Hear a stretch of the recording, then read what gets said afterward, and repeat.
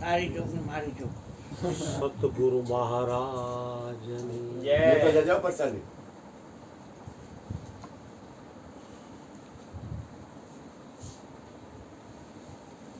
પરમાત્મા જે પોતાનું સ્વરૂપ છે, પણ આ જીવ બાહ્ય રીતે બધી વ્યક્તિને પોતાની માને છે.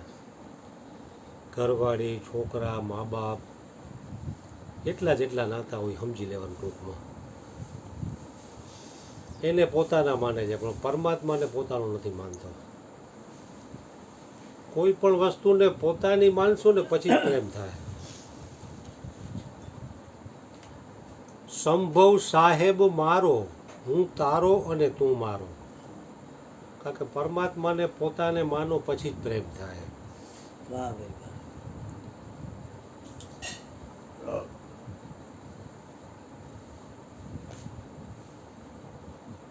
जय तो हम तुम्हारी बोलते हैं लेकिन हृदय कमल हमारा पावन होता है. અને અમુક દેવી દેવતાની જે બોલાવી,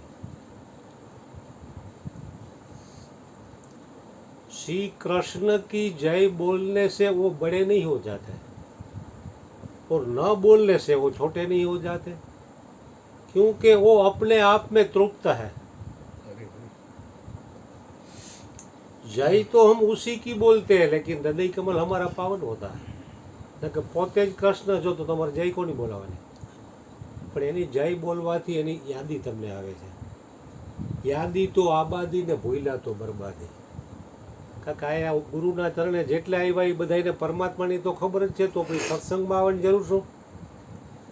એ જ્યાં હોય અહીંયા પરમાત્મા તો છે જ, છતાંય જ્યાં હોય ને અહીંયા વાતાવરણ એવું નથી, એટલે એને પરમાત્માની વિસ્મૃતિ છે, ત્યારે સત્સંગમાં આવવું પડે.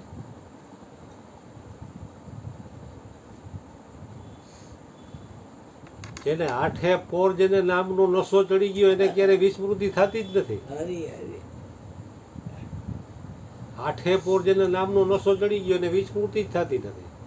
એટલે તો એવા મહાપુરુષોનો સંગ કરવો પડે. નહીતર વ્યક્તિ જ્યાં હોય ત્યાં પરમાત્મા છે જ. યુટર્ન મારી લે છે. યુટર્ન મારી લે. એટલે પ્રેમ પ્રગટ થાય ને તો હરેકની અંદર હૃદયમાં જ પરમાત્મા છુપાયેલો है. दिले तस्वीरें है याद जबकि गर्दन झुका ली और मुलाकात कर ली. वो थे न मुझसे दूर न मैं उनसे दूर था. आता न था नजर तो नजर का कसूर था. કારણ કે જ્યાં હતો અહીંયા પરમાત્મા તો હતો જ, પણ નજરમાં નહોતો આવતો. અને કીધું ને ફ્રન્ટી મારી દે. માયાનું વાતાવરણ એટલું બધું બળવાન છે ને કે હારાને ફ્રન્ટી ખવડાવી. એટલે જ મહાપુરુષોનો આદિ અનાદિથી દર્શન અને સત્સંગનો મહિમા એટલે વિશેષ કીધો છે. આજકાલનો નહીં, આદિ અનાદિનો.